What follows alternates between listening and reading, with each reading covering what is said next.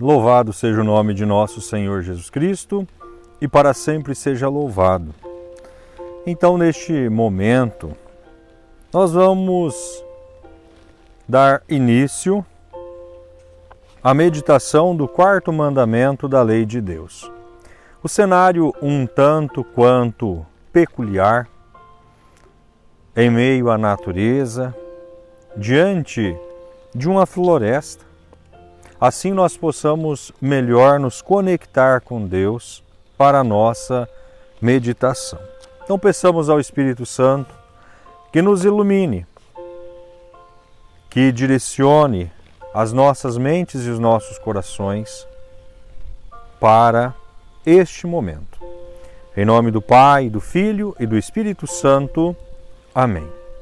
Vinde, Espírito Santo, enchei os corações dos vossos fiéis e acendei neles o fogo do vosso amor.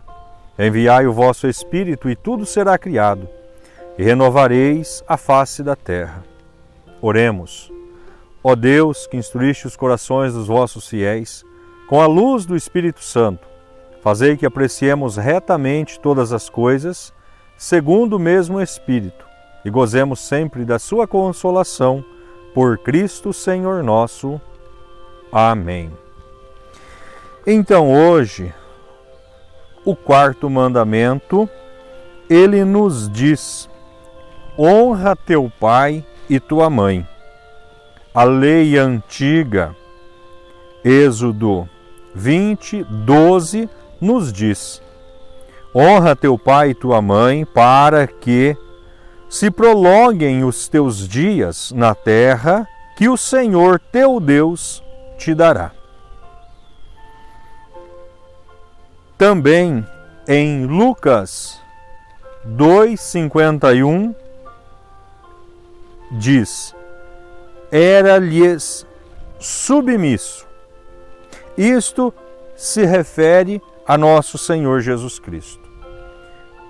Toda a obediência, submissão, enquanto criança, adolescente, jovem, enquanto estava junto dos seus pais, era-lhes submisso.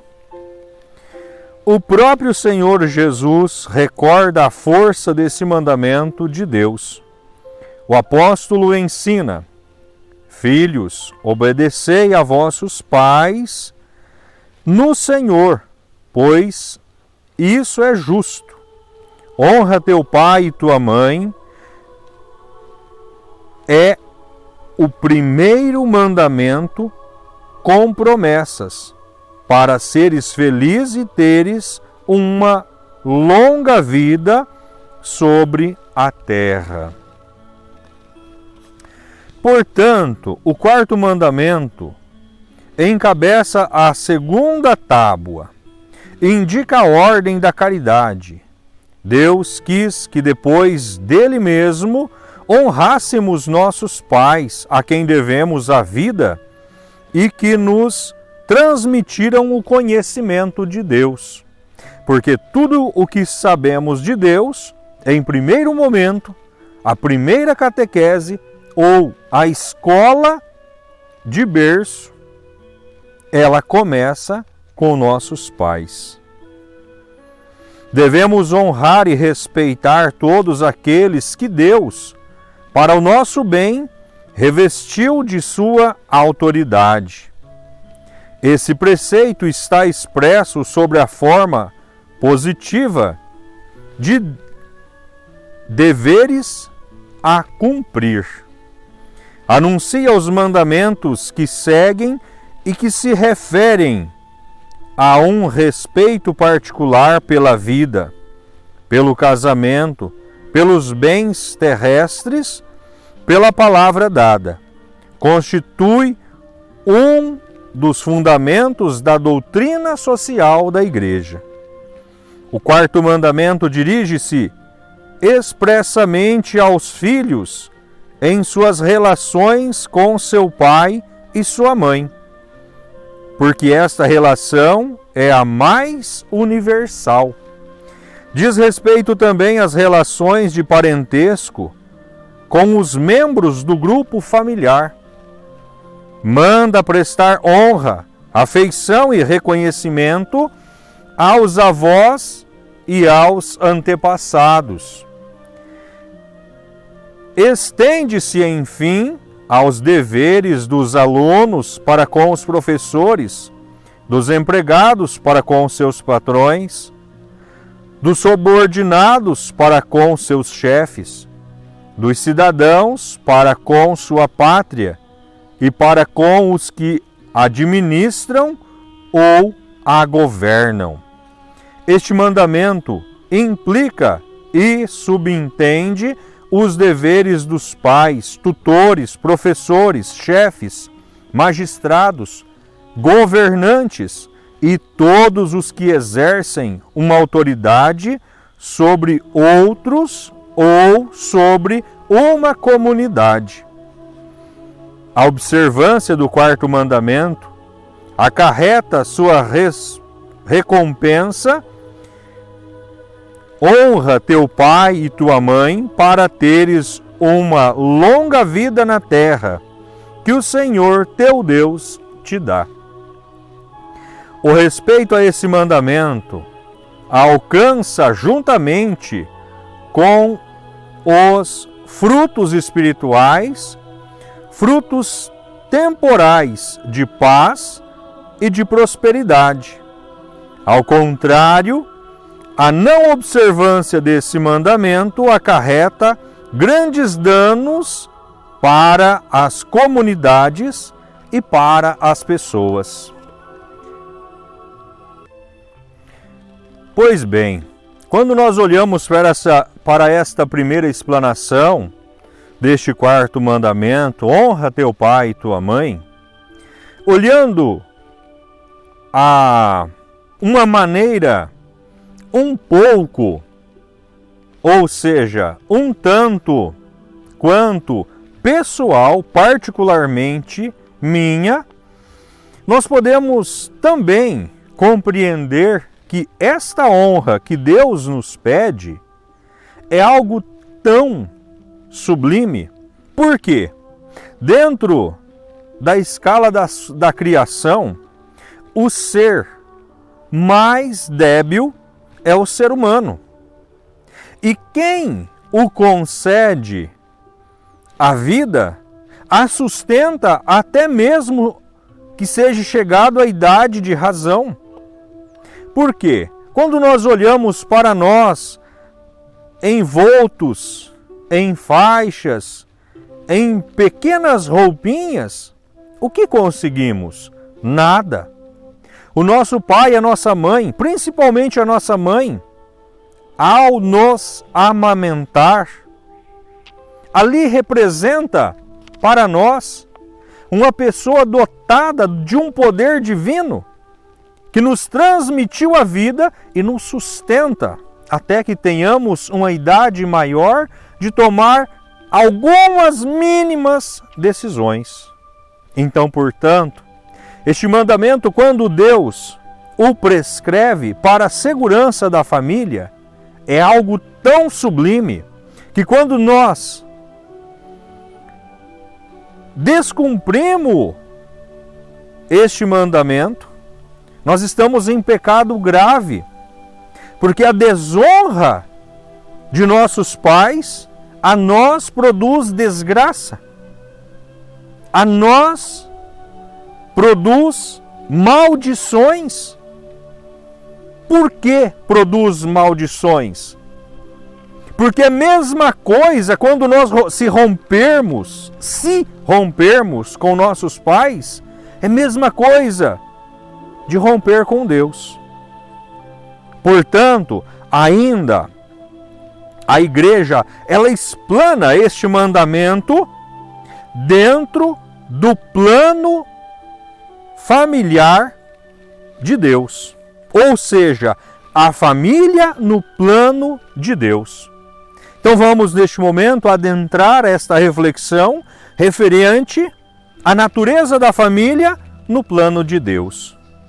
A comunidade conjugal está fundada no consentimento dos esposos, ou seja, dos cônjuges, do marido e da mulher.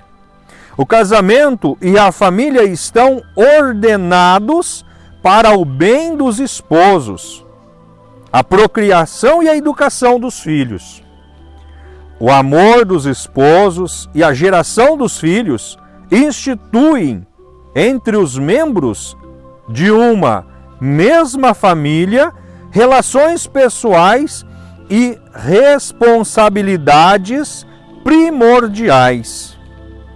Um homem e uma mulher unidos em casamento formam com seus filhos uma família. Esta disposição precede todo o reconhecimento por parte da autoridade pública.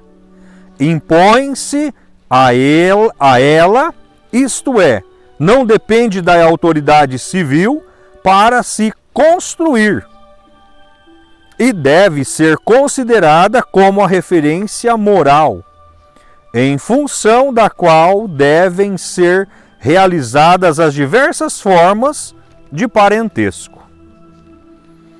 Ao criar o homem e a mulher, Deus instituiu a família humana e dotou-a de sua constituição fundamental. Seus membros são pessoas iguais em dignidade, uma para a outra e ambas para Deus, para o bem comum de seus membros e da sociedade. A família implica em uma diversidade de responsabilidades, de direitos e também de deveres. O quarto mandamento ilumina as outras relações na sociedade. Em nossos irmãos e irmãs, vemos os filhos de nossos pais, em nossos primos, os descendentes de nossos avós, em nossos concidadãos, os filhos de nossa pátria, nos batizados, os filhos de nossa mãe, a Igreja. Em toda pessoa humana, um filho ou filha daquele que quer ser chamado nosso Pai. Quem é este que quer ser chamado nosso Pai?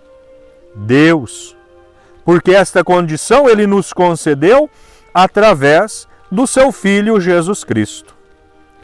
Assim, nossas relações com o nosso próximo são reconhecidas como de ordem pessoal. O próximo não é um indivíduo da coletividade humana. Ele é alguém que, por sua origem conhecidas, merece atenção e respeito individuais. As comunidades humanas são compostas de pessoas. Seu bom governo não se limita à garantia dos direitos e ao cumprimento dos deveres, assim como a fidelidade aos contratos, relações justas entre patrões e empregados, governantes e cidadãos, supõe o mútuo e natural bem-querer que convém à dignidade das pessoas humanas, preocupadas com a justiça e a fraternidade. Portanto, este quarto mandamento, ele abrange em toda a sociedade, porque toda a sociedade ela é constituída de uma família. Um ser sozinho, indivíduo particular, sem estar unido com outro ser, e principalmente de sexos opostos, não constitui vida e não constitui uma sociedade. Porque um indivíduo sozinho, um indivíduo particular, se ele se desloca para uma região extremamente desértica, ele não deixará descendentes. Mas mesmo que vai para regiões longínquas, como nossos primeiros pais, Abrão e Sarai, partiram a pedido de Deus a regiões longínquas, mas ali estava um casal unidos e eles deixaram descendência, deixaram Isaac. Então, este quarto mandamento implica para nós a constituição social de todos os governos. O governo paterno terreno e assim sucessivamente todo o seu clã em dignidade e respeito mútuo, até mesmo nas relações sociais. Patrão e empregado, senhor e servo, na relação governantes e cidadãos. Vejamos como Deus constitui todas as coisas tão perfeitas para nos direcionar, para nos encaminhar para a vida. E mediante estas condições que Deus nos vai concedendo, nós vamos caminhando segundo a sua vontade, segundo o seu amor, conforme nós vamos nos deixando que Deus toque em nossa essência, que Deus nos mova com o seu amor, com a sua palavra, e assim nós vamos dando passo e nós vamos nos formando e vamos constituindo famílias e sociedades. Nós vamos constituindo lares e vamos constituindo relações. Relações esta que estão na relação patrão-empregado, relação compra e venda, todo mover social, ele se embasa no quarto mandamento. Honra teu pai, honra tua mãe, para que sejas prósperos na terra em que eu lhe der. Amém? É muito interessante nós ir meditando, ir adentrando a estes mandamentos, porque nós vamos percebendo com que zelo, com que amor, com que carinho Deus nos vai tratando ao longo de nossa vida. Avançando por mais alguns pontos, nós vemos os deveres dos membros da família. Deveres principalmente de quem? Dos filhos.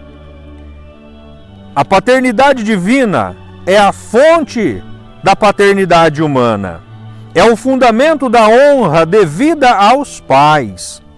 O respeito dos filhos menores aos adultos, pelo pai e pela mãe, alimenta-se de afeição natural nascida do vínculo que os une e é exigido pelo preceito divino. O respeito pelos pais, piedade filial, é produto de reconhecimento para com aqueles que, pelo dom da vida, por seu amor e por seu trabalho, puseram seus filhos no mundo e permitiram que crescessem em estatura, em sabedoria e em graça. Honra teu pai de todo o coração e não esqueças as dores de tua mãe.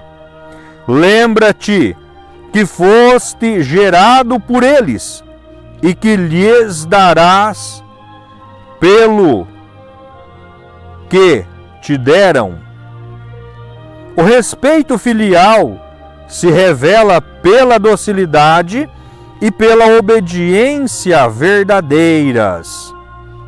Meu filho, guarda os preceitos de teu pai.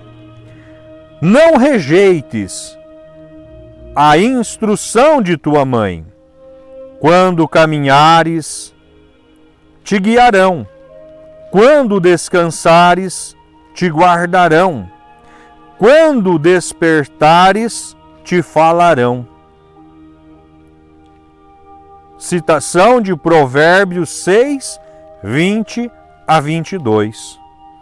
Um filho sábio ama a correção do pai, e o zombador não escuta a reprimenda, ou seja, a correção do pai, ou a repreensão do pai em vista de um ato errado. Provérbios 13, 1. O quarto mandamento lembra aos filhos adultos a responsabilidade para com os pais. Enquanto puderem, devem-lhes ajuda material e moral nos anos da velhice e durante o tempo de doença, de solidão ou de angústia. Jesus lembra os deveres de reconhecimento. O Senhor glorificou o pai nos filhos e fortaleceu a autoridade da mãe sobre a prole. Aquele que respeita o pai obtém o perdão dos pecados. O que honra sua mãe é como quem junta tesouro. Aquele que respeita o pai encontrará alegria nos filhos e no dia de sua oração será atendido. Aquele que honra o pai viverá muito. O que obedece ao Senhor alegrará sua mãe. Eclesiástico 3, 2 a 6. Filho, cuida de teu pai na velhice.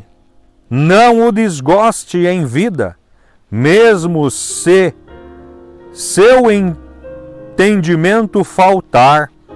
Sê indulgente com ele. Não o menosprezes, tu que estás em pleno vigor. É como um blasfemador aquele que despreza seu pai, e um amaldiçoado pelo Senhor aquele que irrita sua mãe. Provérbios 3, 12 e 16. Logo no início, eu havia dito que aquele que desonra os pais é um maldito. Amaldiçoado e maldito é a mesma coisa. Se distanciou de Deus e de sua graça. Portanto, olhamos para os deveres dos pais. A fecundidade do amor conjugal não se reduz só à procriação dos filhos, mas deve-se entender a sua educação moral e a formação espiritual. O papel dos pais na educação é tão importante que é quase impossível substituí-los. Impossível de substituí-los. O pai, a mãe, são os primeiros catequistas. A catequese iniciática começa onde? Na casa. Com os primeiros versículos da palavra de Deus, com as primeiras orações rezadas, com os primeiros salmos meditados. Assim se inicia, porque é dever dos pais educar os filhos na fé em Deus. O direito e o dever de educação são primordiais e inalienável para os pais. Os pais devem considerar seus filhos como os filhos de Deus e respeitá-los como pessoas humanas. Educar os filhos no cumprimento da lei de Deus, mostrando-se eles mesmos obedientes à vontade do Pai dos céus. Portanto, aquele que ama o filho usará com frequência o chicote. Aquele que educa seu filho terá motivo de satisfação. Eclesiásticos 30, 1, 2. E vós, pais, não deis a vossos filhos motivos de revolta contra vós, mas criai-os na disciplina e correção do Senhor. Efésios 6, 4. Se nós, pais, educadores, se nós, responsáveis pelos nossos filhos, por aqueles que estão à nossa responsabilidade, utilizarmos da palavra de Deus para tal educação, serão filhos perfeitos, serão famílias perfeitas. Mas se somos aqueles que terceirizamos a educação dos filhos, dando para a televisão, hoje para o celular, para o computador, para as internets de melhor voltagem, sei lá o quê, nós estamos colocando os nossos filhos a perder-se. E nós não estamos cumprindo o dever e a obrigação que Deus nos concedeu. Portanto, a educação rigorosa dos filhos, ela é iniciada com os nossos pais. É de responsabilidade total dos nossos pais. Os ditos populares, mas com grande certeza, o cipó, olhando para a mata, ele só se coça enquanto é verde. Quase igual a borda do meu livro.